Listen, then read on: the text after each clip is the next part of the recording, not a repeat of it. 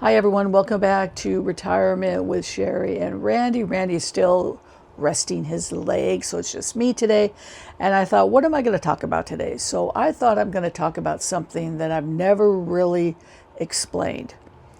Every episode, you may have noticed, I end up saying, always remember to embrace your voice. Now, some of you probably wondered where that came from. It's not just a catchy way to end a video. Those 4 words are probably the most important words I've ever spoken. Because for much of my life, I didn't have a voice. As a child, I lived through sexual abuse and physical abuse. And like so many children who go through things like that, I learned very early that I wasn't supposed to tell anyone. I was told to keep quiet, to hide it, to protect the people who were hurting me. And you know, children believe what they're told, so I became quiet. Very quiet.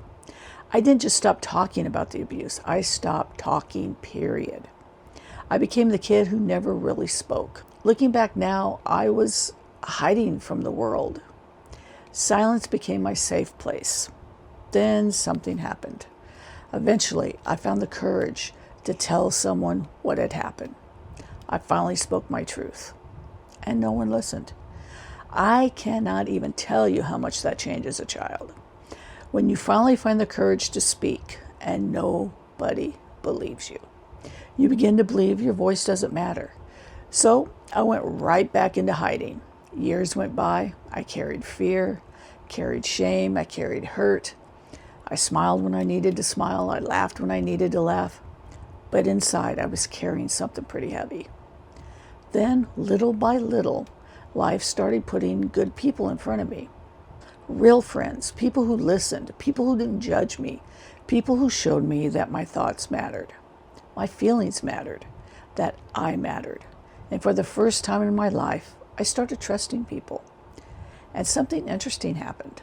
I finally found my voice. All that anger I had been holding on to came out too. I wasn't finding just my voice, I was finding years of pain. Sometimes I was loud, sometimes I was angry, sometimes I probably said things I wish I could take back.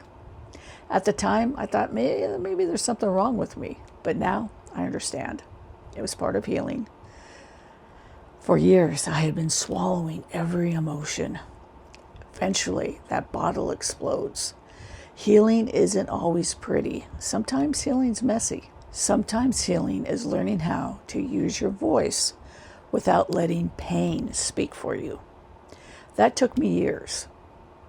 But eventually, my voice started sounding like me again.